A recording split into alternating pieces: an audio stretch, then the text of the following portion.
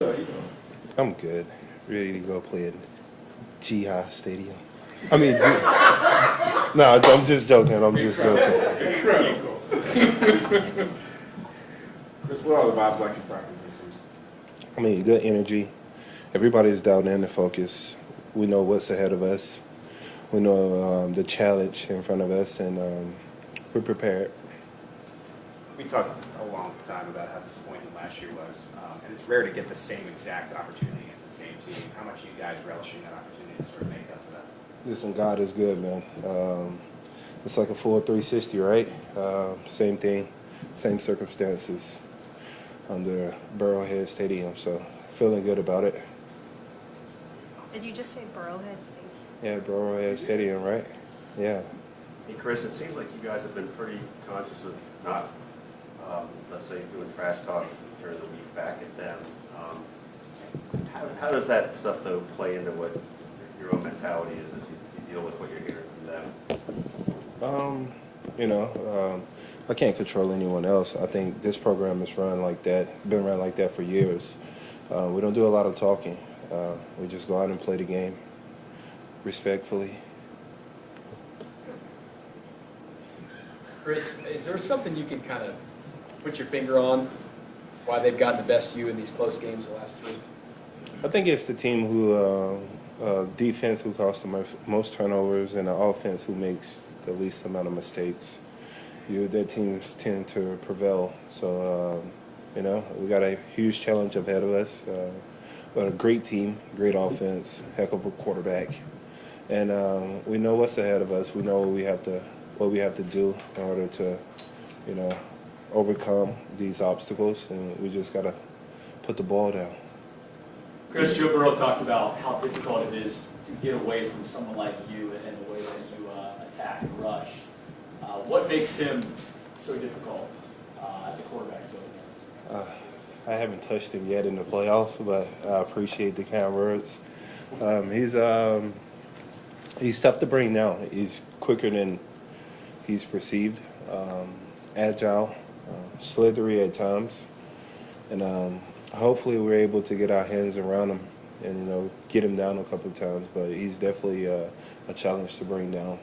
You played this team, this will be 4 times in 13 months. The stakes have been high almost every time you play. Does this feel like the start of a rivalry between these two teams? You guys might be seeing each other several times here. Start of a rivalry. Yeah, you can say that. There's been huge games that we have to play them in.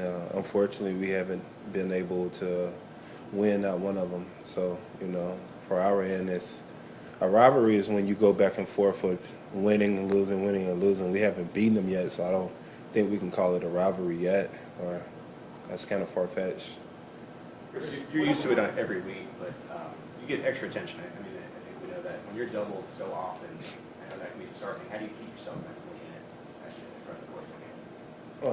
Me double means the other guys around me are able to get single blocks, and I'm able to open up the game for a lot of individuals on the line. So, when you take the me out of it and the selfish aspect out of it, you're freeing up your teammates, and it's not meant for you to make all the sacks all the time as much as I would love to, or make all the plays all the time. Sometimes it's about you freeing up other players so, they can excel.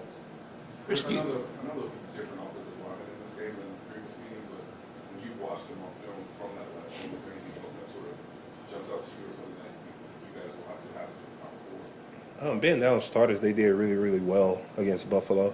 Buffalo has a really, really good defensive line to me. Ed Oliver, Jordan Phillips. They don't have their main guy, Von Miller, but they have a lot of quality guys on their defensive line. And, being down 3 offensive line and going in, and I don't think he gave up over 2 sacks. I mean, that's tremendous. That's a remarkable job to those guys. All off to those guys, man. They're blocking their tails off. Chris, is your buddy Frank Clark playing better football now than you've seen him since he's been in Kansas City? I wouldn't say that. I think he's speaking at the right time. Coach Reed talks about it throughout the year, making sure we peak throughout the season, towards the end of the season and going to the playoff. You're playing your best football, and I think that's the way the trends goes when you want to, get to this level and when you're playing these games in January and February. And Frank has been playing out of his mind, run game, pass game, and he's doing what he's been doing for years in the playoffs. You know, his name in the playoffs speaks for itself. His amount of sacks, I think he tied with Reggie White for fourth. And I mean, that's tremendous right there. So we got to keep Frank going, keep him bringing them down, and continue. Chris, what do you do now? I mean, you got all the practice in. You got almost 2 days to wait for this. What's tomorrow look like for you? Rest, watch a little more film, see what else I can pick up, and eliminate all distractions. Take care. See y'all at Burrowhead. Thanks, everyone.